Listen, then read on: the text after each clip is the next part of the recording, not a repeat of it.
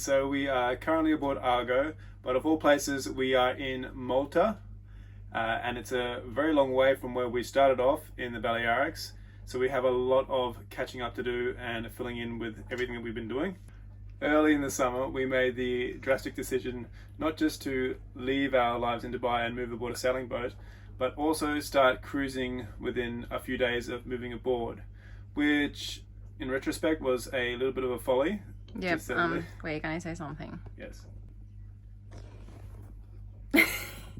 No, it wasn't the best idea.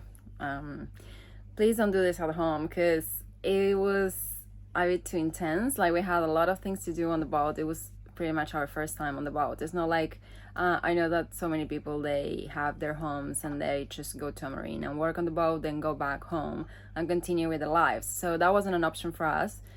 We had to pretty much do everything once we were already on the boat, and it does take a long time. And I think we made the mistake of, it was worth it for sure, but it was maybe not the best decision. We made things hard for ourselves. So. Yeah, to just invite friends from the very beginning, because the date that we had set to move on the boat was pretty much the beginning of summer. So of course it was very exciting and we wanted to do lots of things. But it was a bit intense, because we were, how many? Like 5 people on board. There were still stuff, lots of work to do and belongings to sort that were not ours. Things that were left on the boat from before. So yeah. But anyway, it was worth it. It was just really, really intense, because there's also some, like, a decent amount of time that it will take you to feel like you're at home here. So yeah, but it was fun. To be fair, a lot of it is not necessarily kind of our fault. We did schedule to have about 5 days with the former owner in June to go through a lot of the things that were on the boat and a lot of clear out a lot of the other stuff, but that didn't come to fruition. So we kind of had to condense it down into a much shorter time frame. At the end of the day, we had an amazing time with our friends. They did actually help us with a lot of the organizing on the boat, but it was just really full on to have so many people on the boat when it wasn't really organized. But we still managed to do some cruising and check out the video to see what we did. Yep, having said that, it was the best summer ever. It was incredible.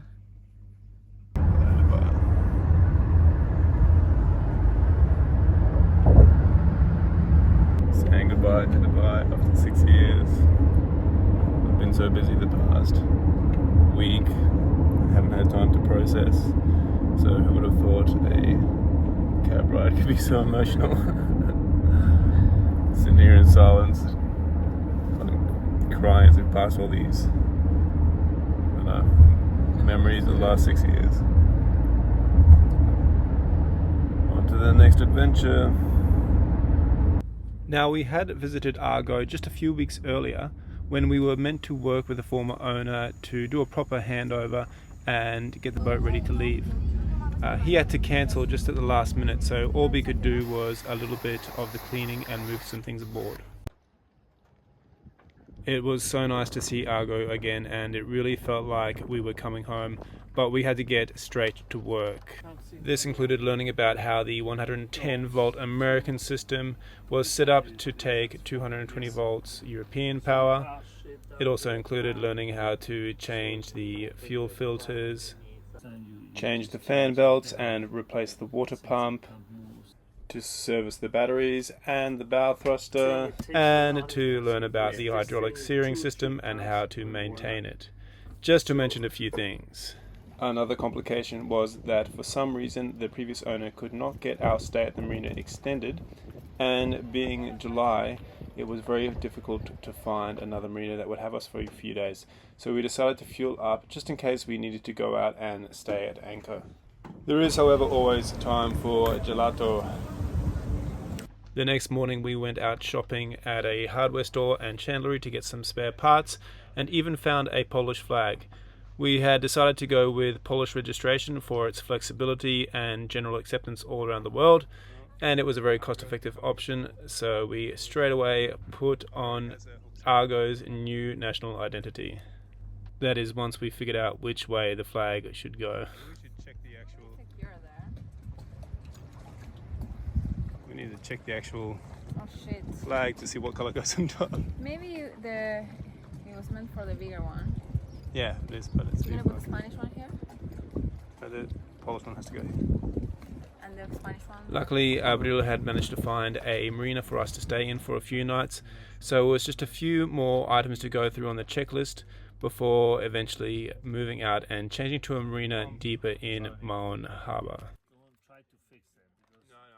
It was really nice to be in a new marina. It felt like a fresh start, and given that our friends were arriving the next day, we took a bit of time just to sit back, relax, and enjoy time in Argo's cockpit with just the two of us.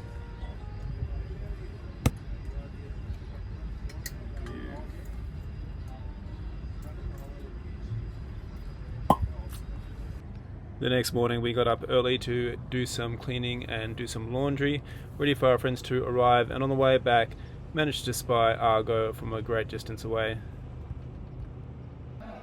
With our friends having arrived, we took some time off just to enjoy the night and went out to a pub to watch the semi-final of the Eurocup 2024 with Spain defeating France, of course. After the match, we took a walk into the centre of Mahón Old Town, and it was much more lively than the first time I visited in November when it was a bit cold and bleak and a little bit deserted. This time it was really lively with lots of market stalls and live music on the streets and, of course, a lot of dancing.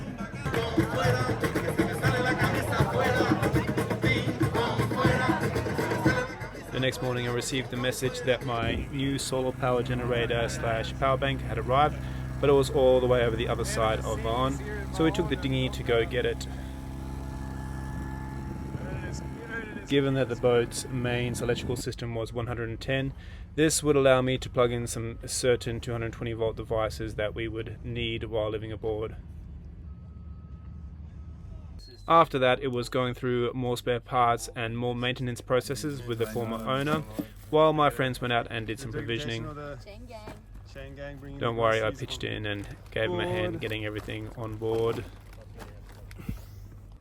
Being the only person on board with any kind of experience, I wanted to take my friends out for a shakedown sail, just so they had a bit of an idea of what to do in emergency situations and get a feel for the boat. We had an easy light wind sail and only really one emergency, in which we discovered that the Genoa halyard had not been attached, so we ended up scooping the sail up out of the sea.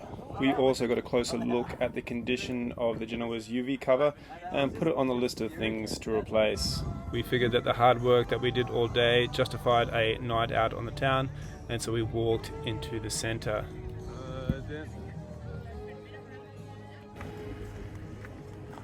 Now Mahón has a beautiful set of stairs that lead up to the old town, but we were kind of tired, so we took the lift. Also, my favourite tapas restaurant is very conveniently located at the top of the lift. Right.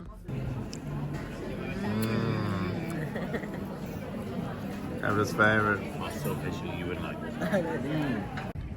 After dinner, we took advantage of the cool night air and the relatively quiet streets to do our own city walking tour.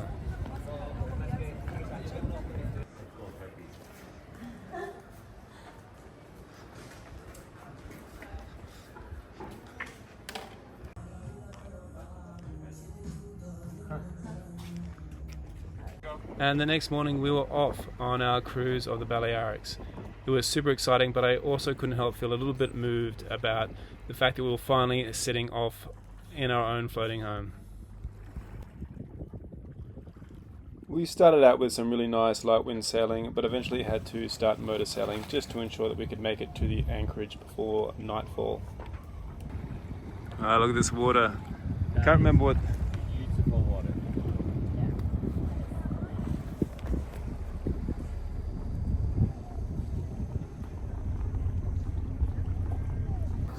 So this is Punta Prima, just past the southeast coast of Menorca. We have two chefs. We have a Greek salad with extra spinach. We have a frittata with spinach and the traditional Catalan. our plan was just to get to the south coast of Menorca. We had a few anchorages in mind depending on how busy they were and where we found ourselves around about the time that we wanted to go find a good spot. We ended up in Coves, which is a nice long cala with beautiful water and high rocky sides for the night. It was a bit tricky anchoring and then tying off to the rock wall behind us, where we had some assistance from a really nice boat of Argentinians in that beautiful Halbergrassi just beside us. It was well worth our efforts because we had time to explore the colour a little bit before the sun went down and have a few drinks to celebrate the start of our epic cruise of the Balearics. He looks like a... He's like planking. You remember when planking was a thing? Checks if you're a bit wet, you know, on your... Look at these children on this boat. Okay, so... Oh, yeah.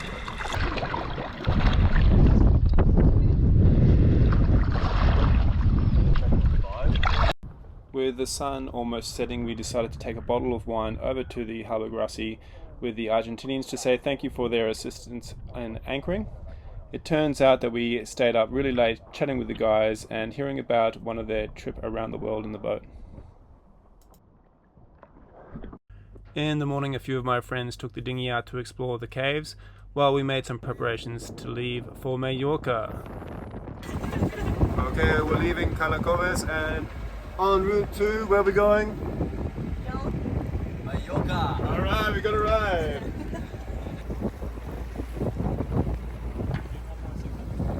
Check out these caves on the south coast of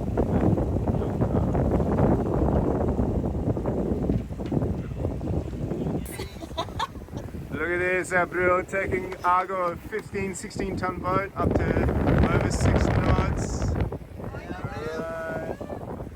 at this. We started out with some really favourable winds and were making really great time in the direction of our first anchorage in Mallorca. Drives like a maniac.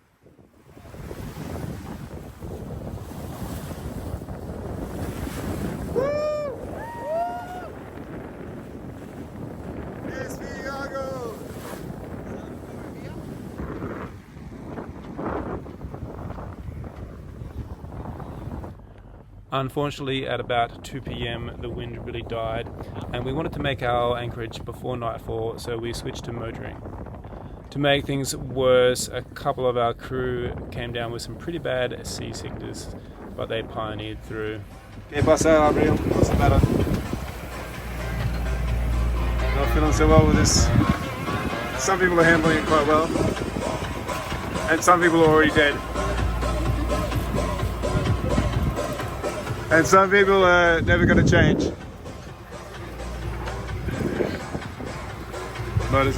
Everyone's spirits were immediately brightened, however, when we had a few dolphins come visit us and play in our bow wave. It was the first time it had happened to us on our own boat, and it was a really special moment for everyone. Dolphins beside me. There they are, look! Hey, buddy! Woo! Oh, these beautiful, come on, if you can make it to the bowsprit, come, they're directly under me. Yeah, and they're making their safe, making it, hello! Woo! Woo! Woo! You girls are beautiful, wow! Hold on, That's so pretty.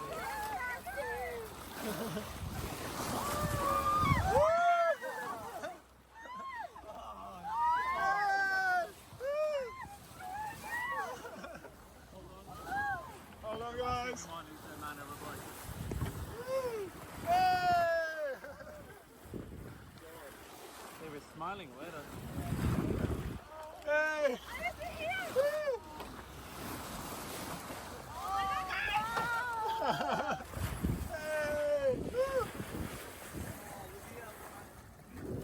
Hey, you gorgeous things.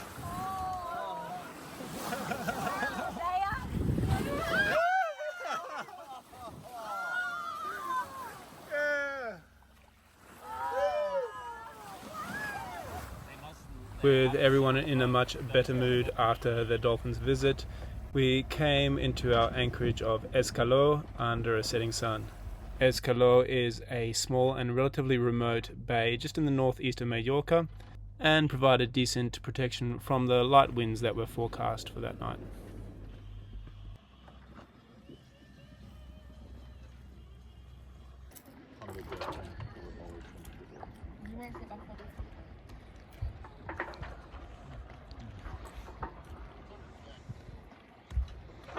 That is a beautiful sunset. I'm gonna see if anyone's.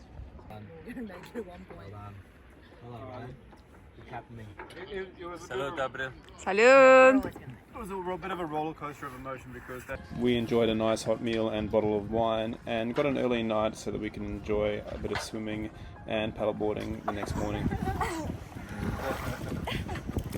So last night this marina only had 3 boats, and by 11 o'clock in the morning, look at how many there are. Count how many. With the anchorage now being super crowded and the winds picking up, we decided to make a move for Puerto de Pollenca. We had a consistent 14 or 15 knots of wind right on the beam, so we were doing some of the best sailing we've done so far in Argo, averaging over 7 knots most of the way there. Go a little bit more to port, you'll be right. Port. No, about 110. Things slowed down a bit once we entered the Bay of Pollenca, but we still managed to sail pretty much all the way there. Is that a foxy kangaroo flag?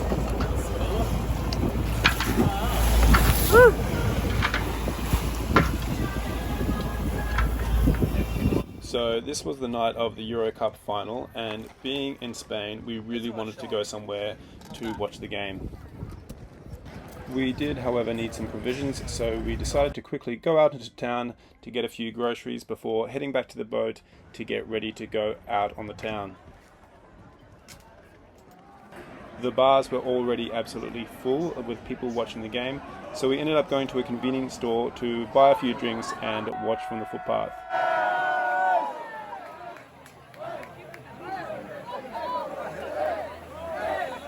Not only was it an incredible experience to be around for Spain winning the Eurocup, but it also coincided with what we think was the Virgen del Carmen festival, in which it appears that people dressed as demons or ghouls were escaping from the depths of hell before terrorizing the local people through the town of Pollenca. At this point, all the town people tended to follow them all the way down to the waterfront, so we joined along to see what was going on.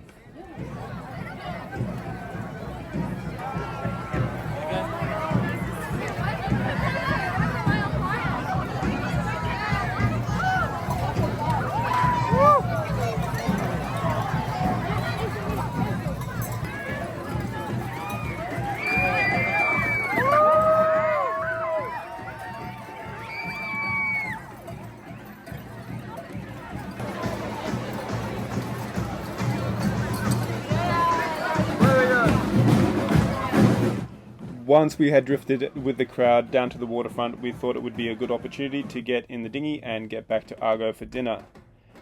We were, however, blocked from the entrance to the dinghy dock by the parade, so we had no other choice but to make a break for it through the parade.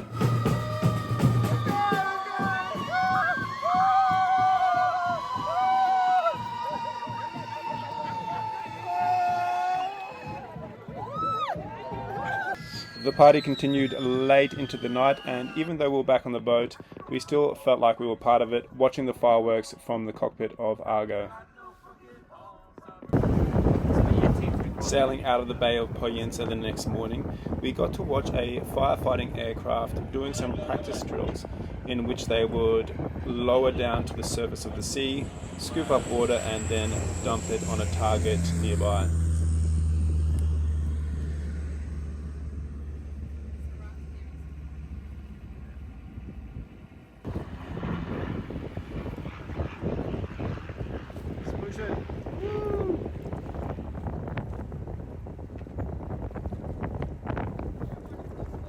Even though we had to tack upwind, we were still doing some really nice sailing and making decent progress right up until the Cap de Formentor.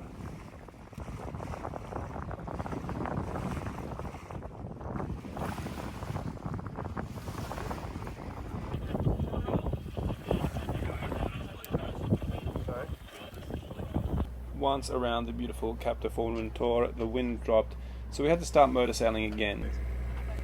If we had a bit more time, we could probably just sail very slowly down to Puerto de Soller, but we had a bit of a tight schedule to keep, so unfortunately we had to use the motor.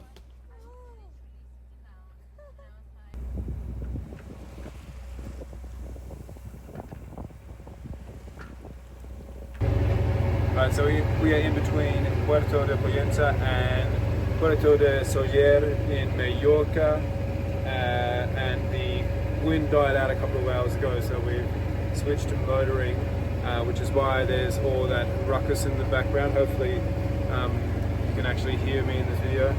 But we thought we'd take the opportunity with my friend Sean upstairs taking care of the helm to do some sorting out, because it's a bit of a disgrace that we have been living on this boat essentially for 2 weeks and our main cabin still looks like this. Stuff everywhere, bags still on the floor, and we have still yet to find lots of storage space for all of these things. But day by day, little by little, we'll get there, hopefully. We arrived into Puerto de Soller reasonably late, and so all the good spots a bit closer in had been taken. So we had to anchor a bit closer to the entrance to the harbour, but it was still a nice, quiet and reasonably peaceful night. We were lucky enough to have some friends of ours arrive in Mallorca just the day before, so we invited them onto Argo for a nice brunch in the cockpit. Yeah, she is. So she has to be At about lunchtime, we decided to start doing some dinghy runs to get everyone into town so that we could take the vintage train up to the town of Soller. Alright, we just stepped off the dinghy dock in Puerto de Soller. Gonna catch the little train. Ready for the little train? Yep. Choop choop!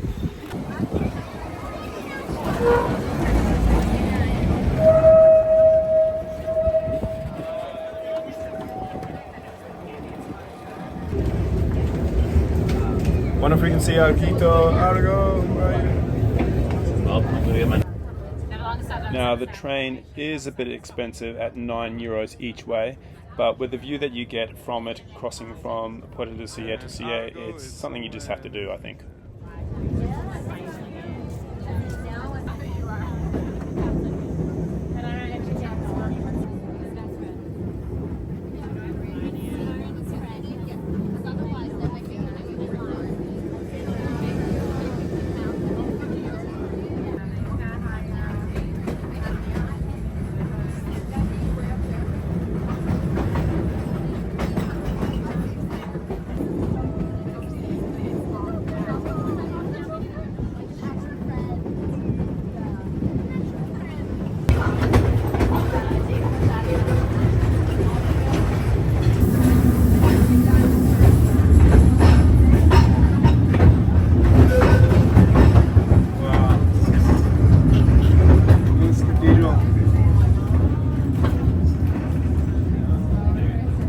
After about 15 minutes, we arrived in the beautiful and charming village of Soller.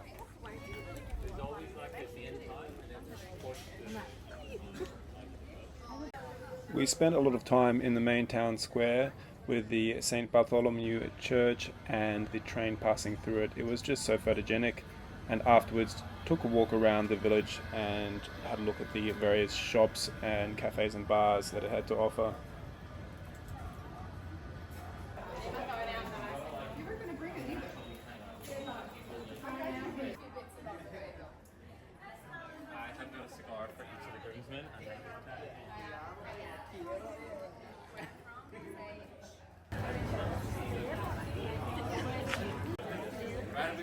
We did have a schedule to keep, so before too long we were back on the train heading to Puerto de Soller to eventually get back on the dinghy and onto Argo and head down the west coast to our next anchorage, which would be our last before crossing over to Ibiza.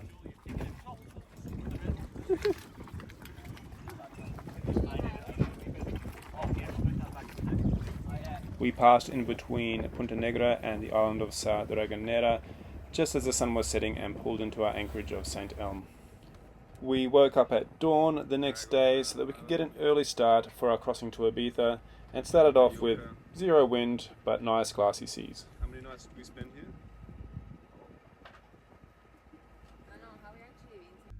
Okay, so that pretty much wraps up our moving aboard the boat in Menorca and us getting all the way to the southern tip of Mallorca. Please like and subscribe because the next video we put up will be all about our sailing in Ibiza and Formentor and the beautiful places that we visited.